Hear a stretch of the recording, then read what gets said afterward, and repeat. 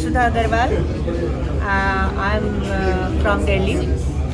This is my first book, Hirat. Ma'am क्या है इस बुक का मतलब क्या है हिरक का? Hirat means longings, unsatiated longings. Most of the time, unsatiated longings. And exact and accurate meaning is a longing for home. क्या है इस बुक में, क्या लिखा है आपने? Most of my poems, because I am a motivational speaker, most of my poems motivate. And other poems tell about incessant struggle between heart and mind.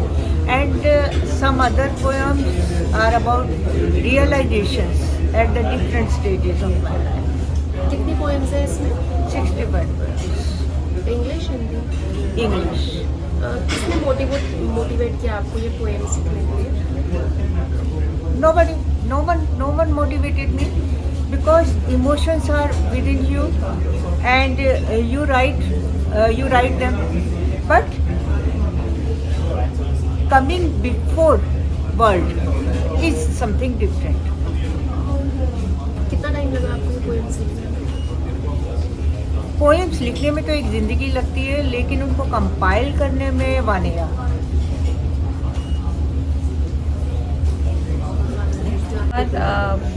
नमस्कार, मेरा नाम निशा लूथरा है। आप सब जानते हैं the narratives performing arts society कला क्षेत्र की फाउंडर डायरेक्टर हूँ। ये हम लोग पहले भी करते आए हैं कि किसी किताब के ऊपर आधारित हम लोग स्टेज प्रोडक्शन या फिर एक पोइट्री फिल्म बनाएं, जो कि हमने कोरोना टाइम्स में भी बहुत किया है। और इस बार ये जो किताब है ये स्पेशल इसलिए है क्योंकि ये एक ऐसी पोइटिस्ट ने लिखी है जो कि अपने आप को होम मेकर कहती हैं, लेकिन बहुत काबिल है कि वो एक सोशल चेंज कर सके, वो लोगों को इंस्पायर कर सकें और मोटिवेट कर सकें। उनकी हर कविता कुछ कहती है, जैसे कि आपने देखा जो टाइटल है, इस बुक का टाइटल ही बहुत कुछ कहता है। इसका मतलब है कि द अनसेशिएटेड, यानी जो आपके अंदर की इच्छाएं पूरी ना हुई हो और आप अपना घर ढूंढ रहे हो, उसको हिरत बोलते हैं। और ये 61 पोइम्स इसमें लिखी गई हैं और इसमें से 8 कविताएं उठाकर हमने एक पोइट्री फिल्म बनाई है, जो कि जिसका लॉन्च और फिल्म स्क्रीनिंग बहुत ही सिलेक्ट ऑडियंस के लिए हम लोग करने जा रहे हैं 15 जुलाई को शाम 6 बजे मिनी ऑडिटोरियम टिगोर थिएटर में। आप ज़रूर आइएगा। और क्योंकि ये फिल्म फेस्टिवल्स में गई है, इसलिए हम लोग बहुत बड़े ऑडियंस के लिए फिल्म को स्क्रीन नहीं कर सकते। That is why it is with the invite. आपको इनवाइट लेकर ही, पास लेकर ही आना है। एंड या क्या सोच के आपने इस बुक को लॉन्च करने का सोचा और फिल्म बनाई? सर देखिए, सबसे पहले शुरुआत में अपनी माँ से करना चाहूँगी, जो कि बहुत अच्छा लिखती थी और जो बहुत अच्छा पेंट करती थी, लेकिन कभी भी उन्होंने अपने आप को आगे नहीं रखा है, अपने आप को प्रायोरिटी नहीं दी है। हम सब की माँओं की तरह और सुधा जी की तरह, जिन्होंने अपने बच्चों को सारा समय दिया। और अभी भी मुझे 1.5 साल लगा इनको ये कन्विंस करने में कि ये कविताएं बहुत अच्छी हैं और ज़्यादा लोगों तक पहुंचने के काबिल है, तो आप एक बुक छपवाइएगा। और इसी तरह एक माँ जो है वो एक लेखिका बन गई। और हर माँ से मेरी ये गुजारिश है कि वो कभी ये ना सोचें कि वो खुद अपने लिए कभी कुछ नहीं कर पाएगी। हम लोग हैं, आप लोग कांटेक्ट करें हमसे, अगर आपकी कविताओं में, अगर आपके लेखन में दम है और उनको ज़्यादा लोगों तक पहुँचना चाहिए, तो ज़रूर आइए। नरेटिव्स परफॉर्मिंग आर्ट्स सोसाइटी ऐसे ही आर्टिस्ट और ऑथर्स एंड पोइट्स को मदद करना चाहती है, जो कि कुछ कहना चाहते हैं और कुछ करना चाहते हैं।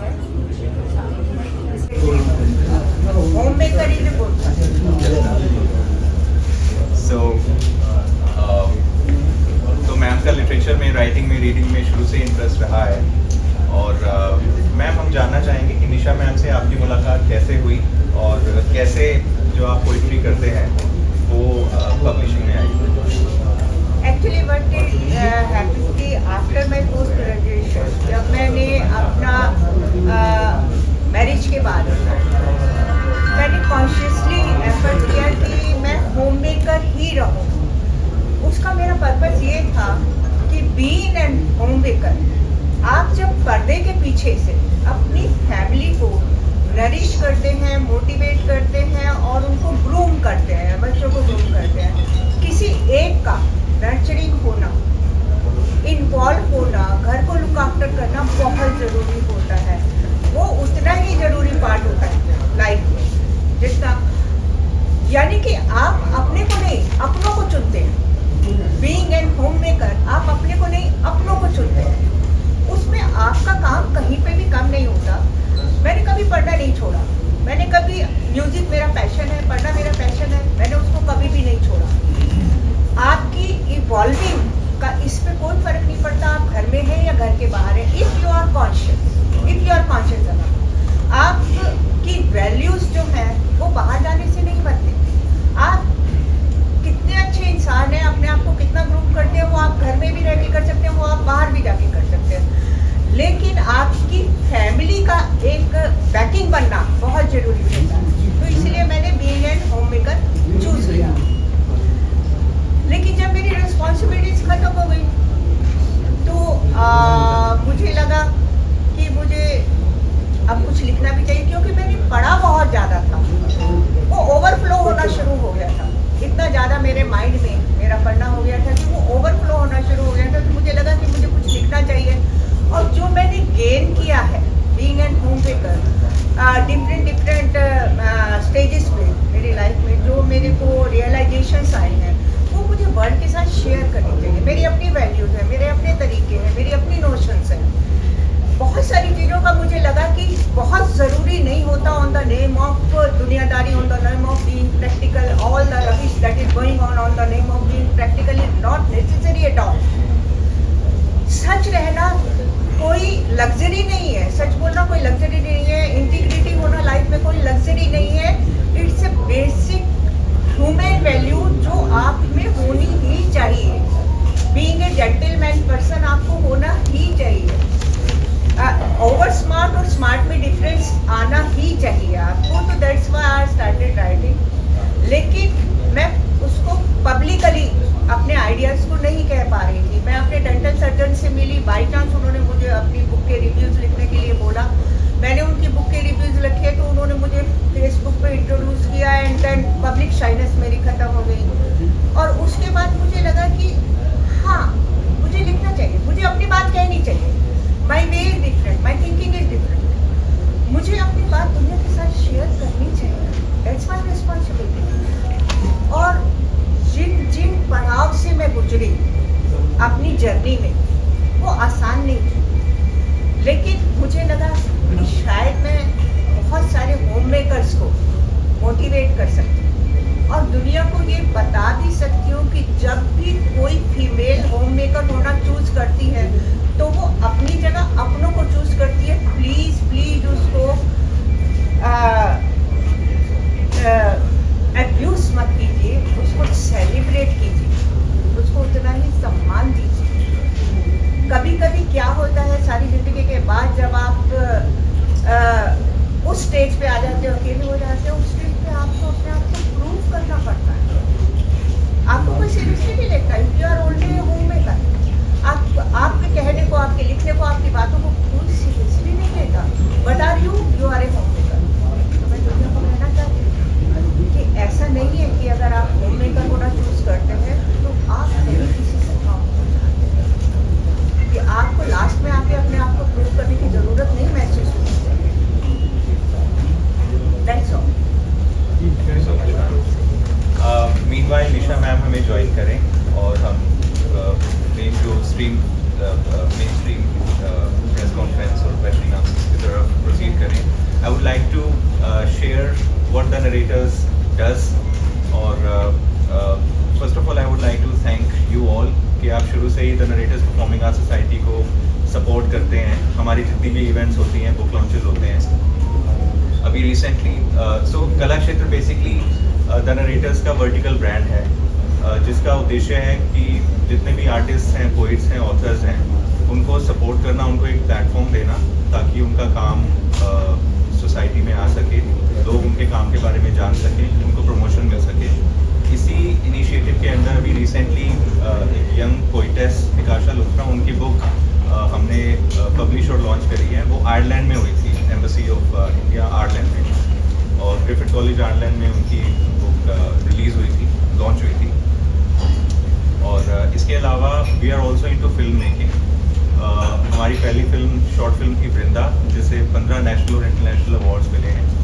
और उसके बाद हमने outside the safe house film बनाई, और मैम की जो बुक है उस पर भी बेस्ड हमने एक फिल्म बनाई है जिसका नाम है द सैगल हाउस।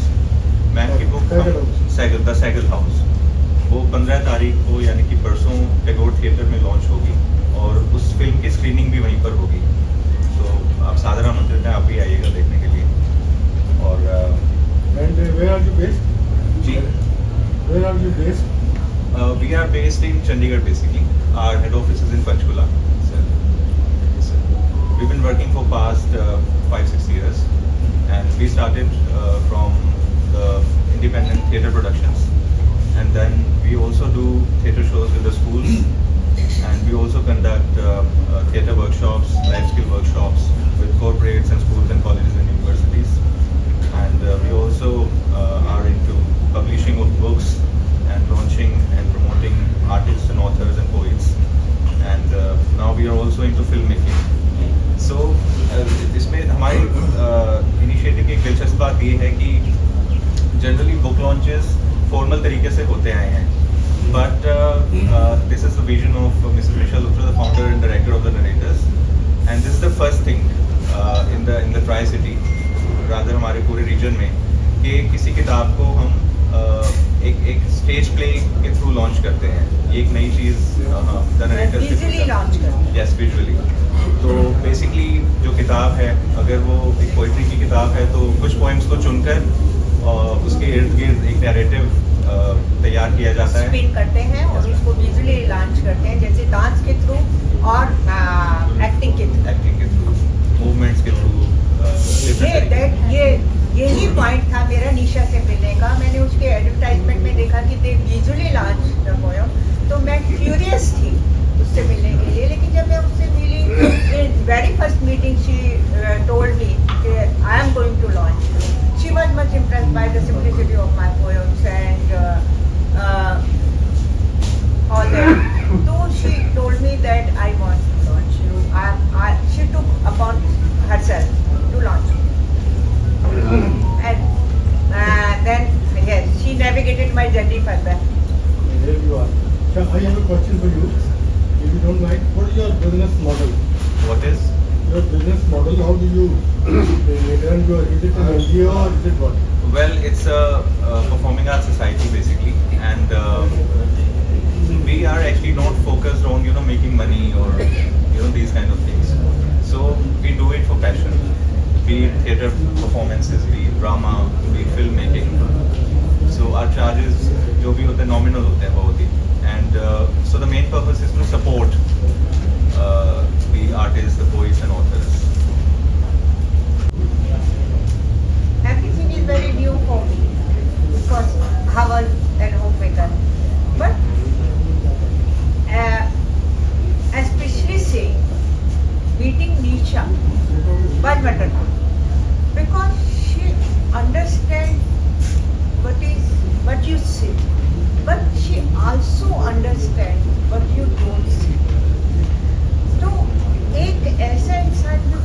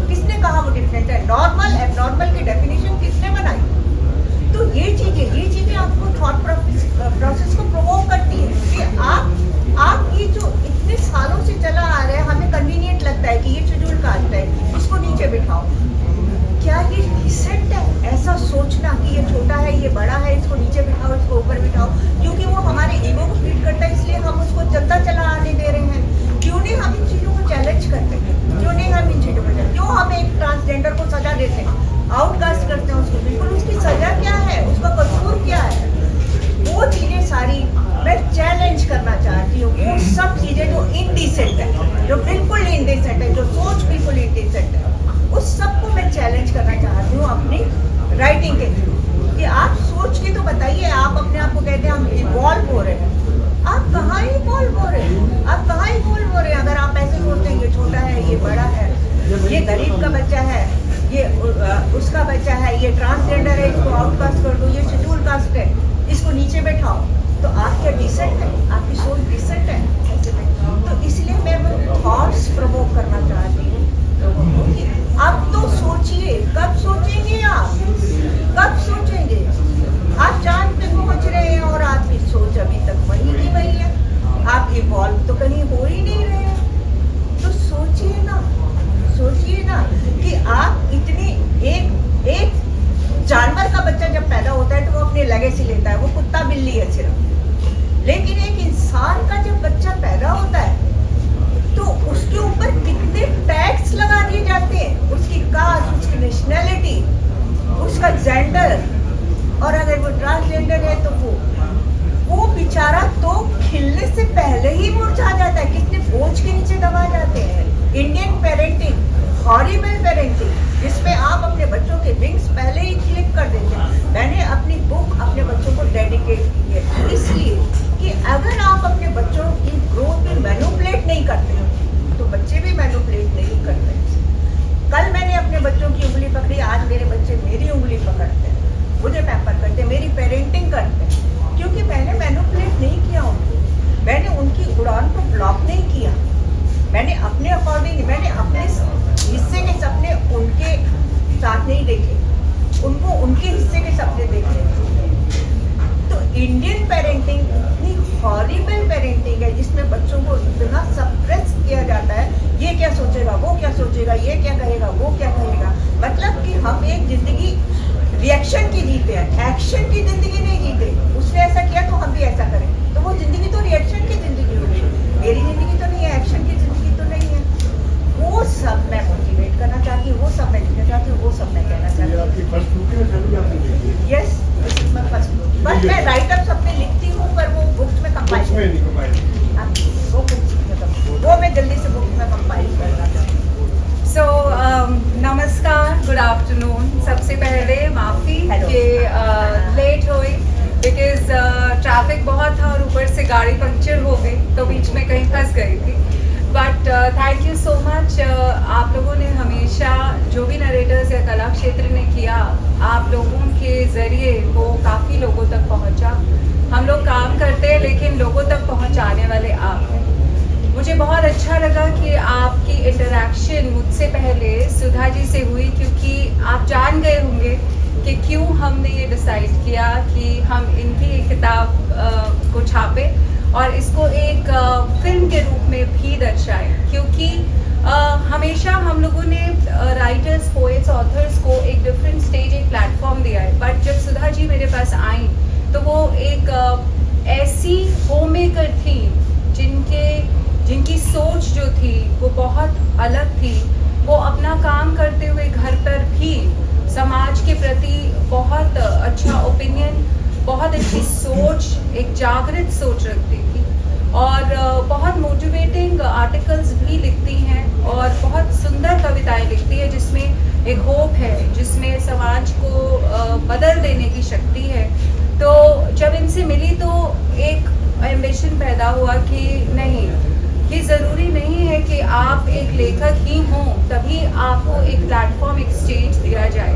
आप एक होम मेकर होकर भी आप अपने 2 बच्चों को एक मुकाम पर पहुंचाकर भी खुद भी अपनी एक आइडेंटिटी, अपनी एक सोच, अपना एक ओपिनियन जो है वो समाज के सामने रख सकती है।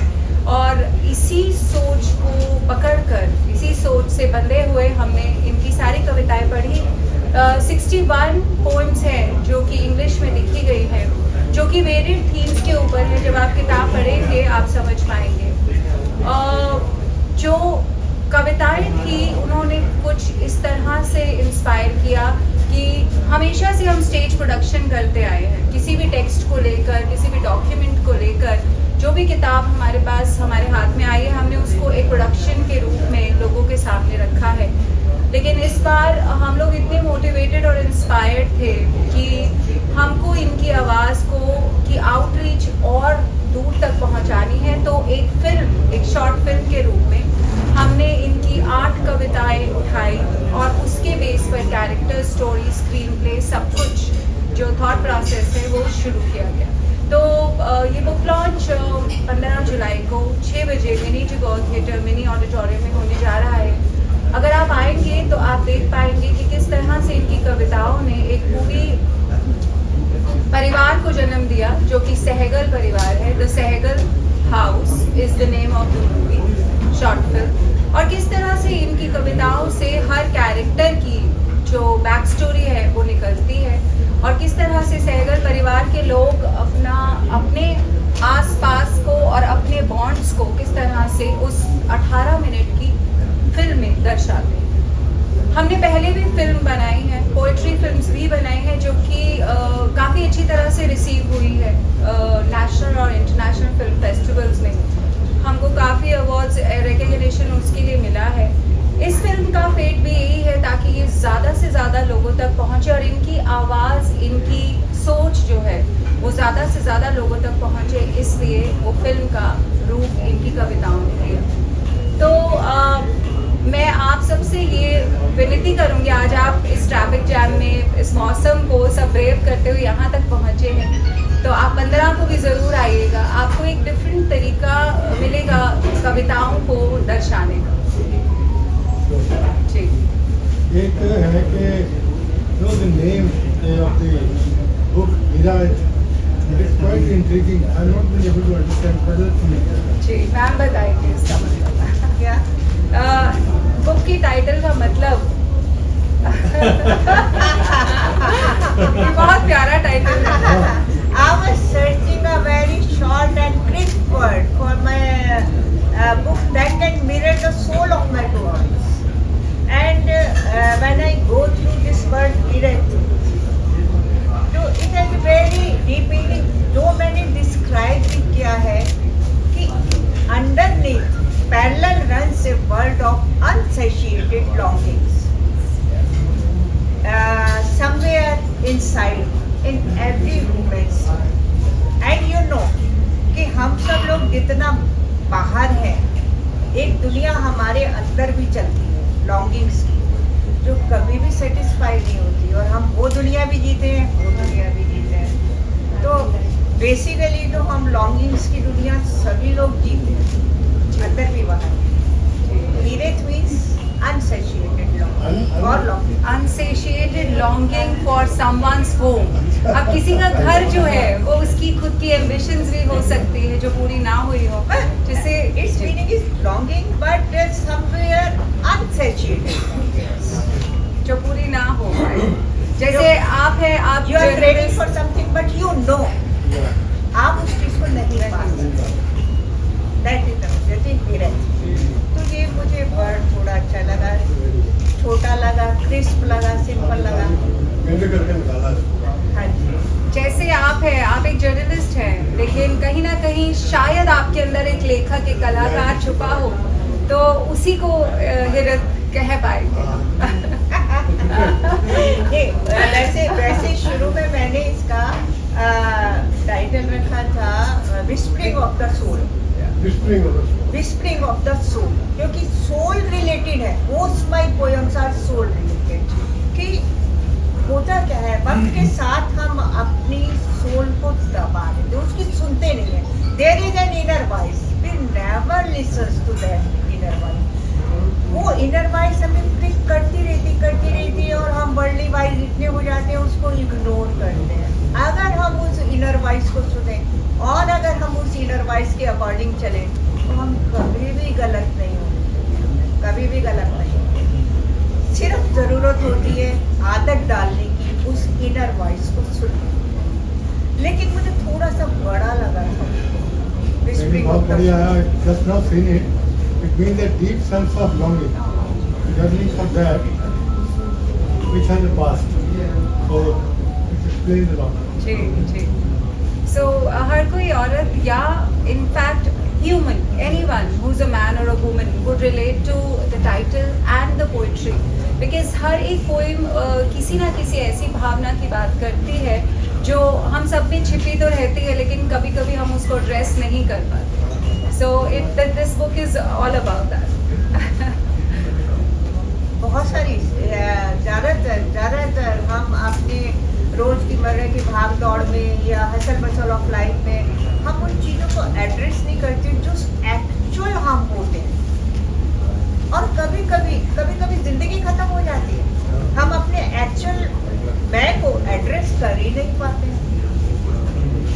सो मैं चाहूँगी कि मैम कोई भी अपनी एक छोटी सी कविता ज़रूर कहकर सुनाए so that you have the idea that how she has penned down